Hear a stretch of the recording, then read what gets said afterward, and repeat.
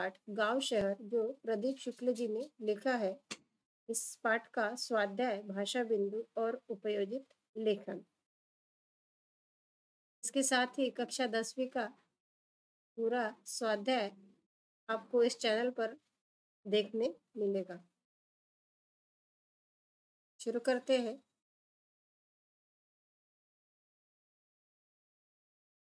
सूचना के अनुसार कृतियां करो, एक तुलना करो। यहाँ पर हमें गांव और शहर की तुलना करनी है। गांव और शहर में क्या फर्क होता है? गांव खाली होता जा रहा है। गांव की जिंदगी में भागम भाग नहीं है। गांव का शहरीकरण हो रहा है। इसके विपरीत शहर में भीड़ बढ़ रही है। शहर की जिंदगी में बहुत भागम भाग है। शहर और विकसित हो रहे हैं। प्रश्न दूसरा, उचित जोड़ियां मिलाओ। अ, एक मेट्रो, पीपल। आ, गांव, कस्बा, शहर। मेट्रो, शहर, पीपल, गांव। तीसरा प्रश्न, कृति पूर्ण करो। एक, गांव का देखना।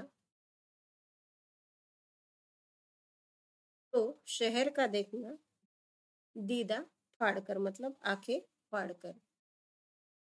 प्रश्न चौथा, एक शब्द में उत्तर लिखो। लंगड़ा कर चलने वाली गैया। दो, पत्ते झरा हुआ वृक्ष। वृक्ष का नाम लिखना है पीपल। तीन, बदले से लगते हैं सुर। चार, जहां तिल रखने की जगह नहीं है, शहर। प्रश्न पांचवा, भाषा बिंदु।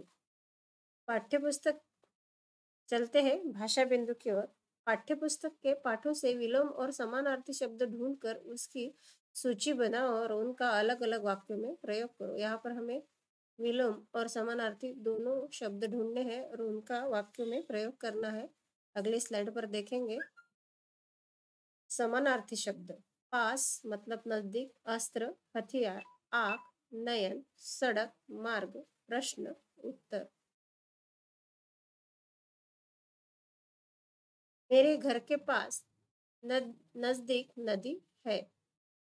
जब मनुष्य जंगली था, नाखून ही उसके असली अस्त्र हथियार थे।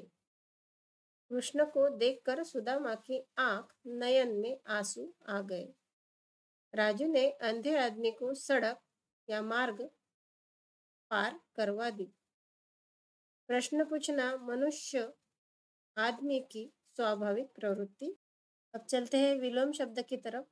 गांव, शहर, पहले, बाद, छोटी, बड़ी, सुख, दुख, प्रश्न, उत्तर। गांव में भीड़ कम होती है। शहर में भीड़ ज्यादा होती है। भारत पर पहले अंग्रेजों का राज था। बहुत संघर्ष के बाद हमें स्वतंत्रता मिली।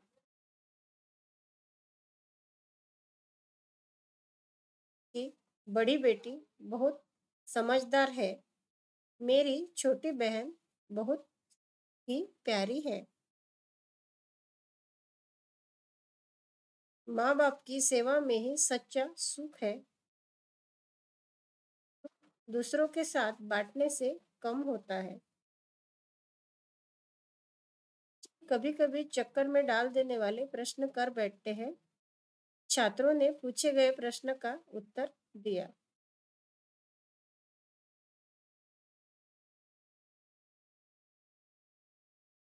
अगला प्रश्न, वृक्ष और पंछी के बीच का संवाद लिखिए।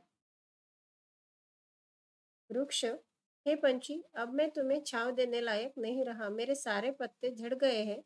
मेरी टहनियों को निष्ठुर मानव ने अपने स्वार्थवश काट डाला है। पंछी कहता है, मैं जानता हूँ उक्षराज, यह मानव बहुत ही निर्दयी है। आखिर एक दिन उसे अपने किए की सजा जरूर मिलेगी।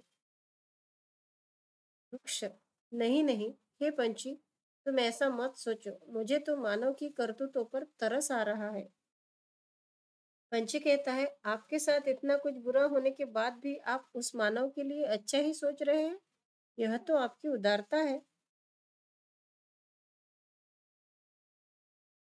वृक्ष, सोचूं नहीं तो क्या करूं, शहरीकरण की इस प्रक्रिया में उसने तो वन जंगलों को काटने का काम शुरू कर दिया है। पंछी, मानव को भविष्य में इसका बहुत ही बड़ा परिणाम भुगतना पड़ेगा। वृक्ष, सच कह रहे हो तुम। यदि इस प्रकार पर्यावरण का विनाश हो रहेगा तो इस सुंदर धरती का संपूर्ण अस्तित्व खतरे में आ जाएगा।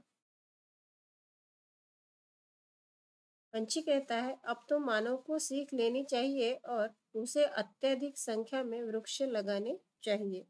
इस तरह हमने यहाँ पर गांव और शहर इस पाठ का स्वाध्याय, उपयोजित लेखन और भाषा बिंदु देखा है।